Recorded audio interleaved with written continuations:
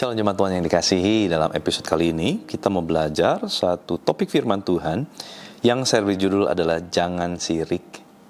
Jangan sirik. Pengkhotbah pasal 8 ayat 12. Walaupun orang yang berdosa dan yang berbuat jahat 100 kali hidup lama, namun aku tahu bahwa orang yang takut akan Allah akan beroleh kebahagiaan, sebab mereka takut terhadap hadirat-Nya. Saudara, jadi jelas bahwa kitab Pengkhotbah yang dicatat oleh Salomo, orang yang paling bijaksana yang pernah hidup di muka bumi ini, setelah Yesus tentunya ya, dia bilang gini, walaupun orang berdosa yang berbuat jahat 100 kali hidup lama, hidup lebih lama 100 kali. Sering ya kita bilang ya gitu. Kenapa ya orang udah jahat, hidupnya seneng, gak mati-mati, mana nyusahin, sombong, angkuh, arogan, tapi kaya raya pula. Kok yang begitu bisa hidupnya lama, panjang umur? Lah aku, udah berusaha benar, hidup ditindas, uang pas-pasan, kayaknya susah banget buat hidup senang. Nah, kalimat itu coba kita telaah. Kita membandingkan kesenangan atau kebahagiaan itu sebetulnya dari apa? Fisik. Kita harus jujur, bahwa setiap kita seringkali memandang kebahagiaan itu dari fisik. Berkat secara materi, fisik, dan lain sebagainya. Tetapi hari ini Alkitab mengajar kita sesuatu yang dalam. Apa itu yang dalam? Kebahagiaan kita jangan ditakar dengan fisik. Tetapi ditakar dengan adakah takut akan Allah dalam diri pribadi setiap kita. Karena di sini dikatakan, orang yang takut akan Allah akan beroleh kebahagiaan. Sebab takut akan Allah adalah sumber dari segala sumber, saudara.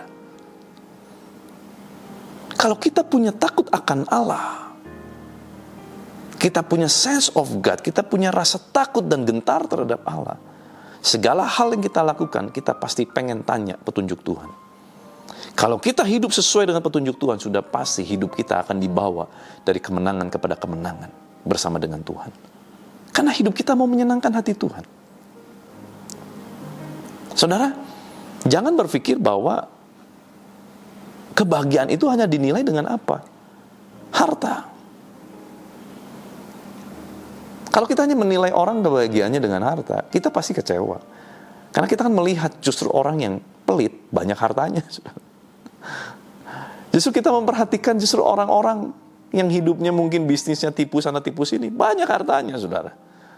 Yang koruptor juga kan banyak hartanya, saudara ya. Tapi apakah kita akan menakar hidup kita, menukar bahkan kebenaran dengan kehidupan kotor, kehidupan yang tidak di hadapan Tuhan tidak benar? Supaya apa? Supaya seolah-olah hidup kita lebih diberkati. Saudara, ini adalah hasil survei terlama yang pernah dilakukan oleh Harvard University. Pada saat itu dilakukan survei lebih dari 70 tahun, saudara. Sampai yang melakukan survei ini 2 generasi. Mereka mendapati ternyata survei ini berjalan waktu seseorang masih belum punya apa-apa sampai mereka tua, saudara gitu ya. Karena surveinya aja 70 tahun usianya.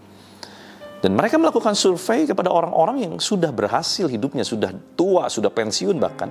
Mereka tanya, apakah kebahagiaan hidup itu? Kamu punya banyak uang, apakah kamu bahagia?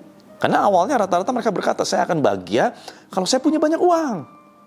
Tetapi setelah mereka mengalami proses hidup, pengalaman terus berjalan, di satu titik waktu mereka ditanya kembali, jawaban mereka mengejutkan. Apakah kamu bahagia karena kamu punya banyak uang? Dia bilang, tidak. Kebahagiaan yang sesungguhnya adalah saat aku berada di antara orang-orang yang mengasihi aku. Aku tidak hidup sendiri. Banyak dari antara mereka yang kaya raya, hidupnya sendiri. Dibuang oleh anaknya, dibuang oleh suaminya, dibuang oleh istrinya. Tapi kaya raya, tapi tidak bahagia. Saudara, mari kita belajar. Ini survei dunia. Dunia aja ngerti, saudara, prinsip ini. Kita anak-anak Tuhan harus lebih paham bahwa takaran kebahagiaan kita jangan ditakar dengan yang namanya harta. Beberapa episode lalu saya pernah membagikan bahwa orang yang berbahagia itu bukan orang yang mendapatkan, tetapi orang yang tetap bisa berbagi dalam segala situasi. Biarlah, saudara, kita nggak usah sirik sama orang lain. Orang lain sekalipun hidupnya mungkin jahat, tapi lebih diberkati. Kita nggak perlu sirik. Kita lebih baik kita fokus untuk menjadi orang-orang pribadi-pribadi yang takut akan Tuhan. Menjadi pribadi yang sungguh-sungguh sama Tuhan. Itu saja. Itu jauh lebih penting dari segala-galanya. Sebab di mana ada takut akan Tuhan, di rumah tangga ada takut akan Tuhan, di sana pasti ada kebahagiaan. Dalam pribadi seseorang ada takut akan Tuhan, pasti hidupnya ada kebahagiaan. Kenapa? Karena hidupnya akan terus dituntun oleh Tuhan. Dan Tuhan akan menuntun kita kepada tempat-tempat yang luar biasa. Karena Tuhan kita adalah Tuhan yang baik. Amin, saudara. Yuk kita berdoa. Tuhan, terima kasih buat firman-Mu. Mengajar kami, mengingatkan kami untuk tidak sirik dengan berkat orang lain, untuk tidak sirik dengan apa yang orang lain lakukan. Tidak membanding-bandingkan diri kami dengan orang lain, seolah-olah kami hidup lebih benar, tetapi kok lebih gak diberkati. Kami mau mengubah sikap kami, pandangan kami, takaran kami terhadap berkat Tuhan. Bukan lagi bicara mengenai kebahagiaan karena uang, tapi kebahagiaan karena kami punya takut akan Tuhan. Terima kasih Bapak, berkati umat-Mu. Apapun yang mereka kerjakan sepanjang hari ini, Tuhan jadikan mereka berhasil. Perlindungan tangan kasih menyertai mereka sempurna. Dan tutup bungkus darah Yesus dimanapun berada. Berkati, pimpin, tuntun langkah hidup kami sepanjang hari ini. Biar kuasa kehidupan, kuasa kebangkitan Kristus mengalir memerintah atas kami. Di dalam nama Tuhan Yesus Kristus, haleluya. Sama-sama kita katakan, amin. Tuhan Yesus memberkati.